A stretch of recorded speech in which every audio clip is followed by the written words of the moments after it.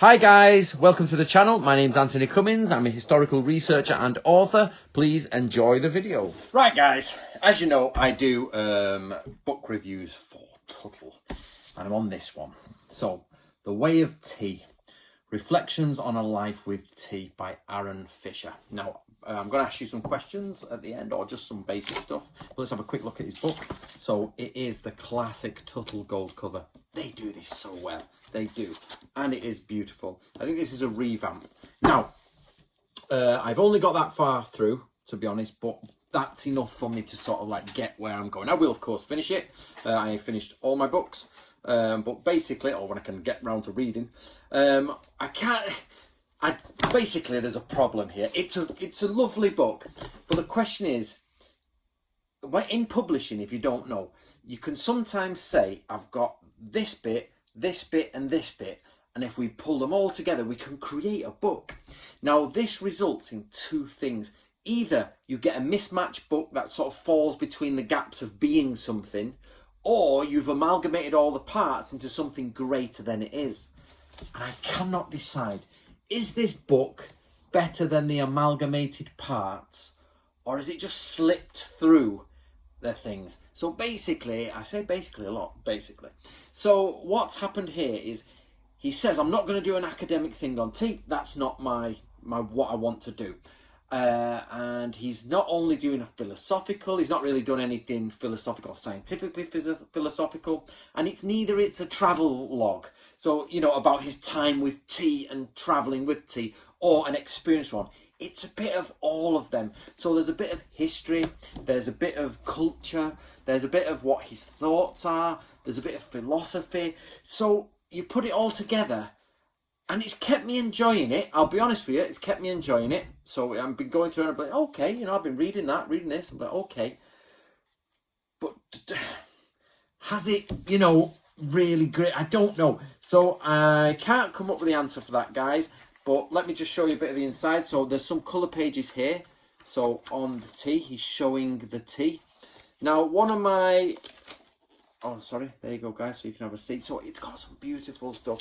It looks beautiful. It is beautiful. It gives you the vibes of like, oh, you know, to sit in Japan. Now, pretty ladies. So there is... That's a beautiful one, isn't it? That is gorgeous. So I'm showing you all the colour plates here, so you can get a grip, but it's not all colour. So there you go. That's the last of the colour plates. Then it gets back to black and white. So where was I? Right. So the colour plates are excellent. The front cover's excellent. The book is excellent.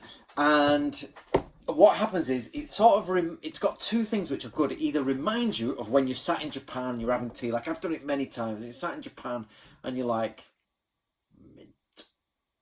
And you look about and people in kimonos every so often and relaxing, and you're like, yeah, it's pretty damn good, really, isn't it? That's not a bad life. But then it's also, if you've never been to Japan or China or anything like that, you can read it and be like, oh, I can smell that, you know, the tea of Japan and the tea of China.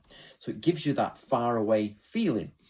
But it's also, which maybe is not a bad thing, but I don't like it, it talks about his experience with tea, and it's a little bit, from an academic point of view, naive is the wrong word because he's not naive. But for example, in English history, there's something called Merry Old England, and that's where you believe England was the greatest place on the planet. There was thatched cottages, and everybody went around with little knapsacks, and morning, Mr. Giles, and everybody's okay. A bit like, you know, Lord of the Rings at the beginning, which it can be, but it's not the entire of English history.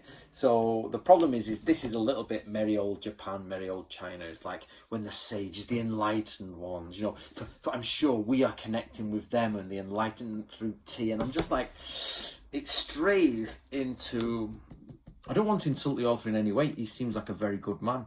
But I don't want to say pretentiousness, but it definitely strays into that. I'm enlightened, they're enlightened, we're connecting over centuries.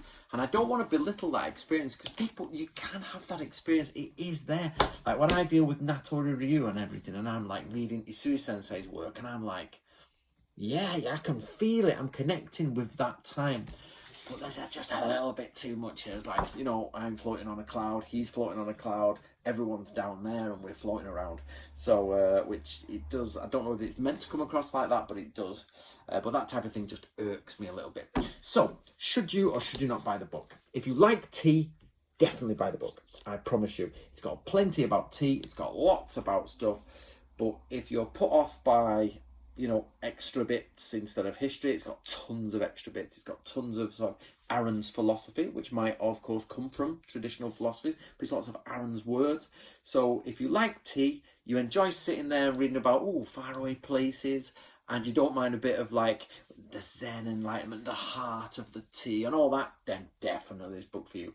If you're after a history of tea, no, it's not a history of tea. It's got some, basically, if you strip that down to about 10%, you'd have a history of tea. The rest of it is other stuff. Pictures of tea, stories about ancient masters, philosophical stories, Aaron's life, you know, that type of job. So about 10% is history, I guess.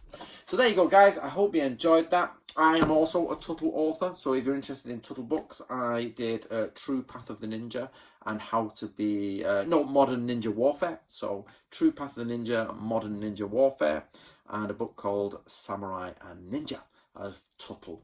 But there you go. Get yourself a copy of that if you enjoy tea.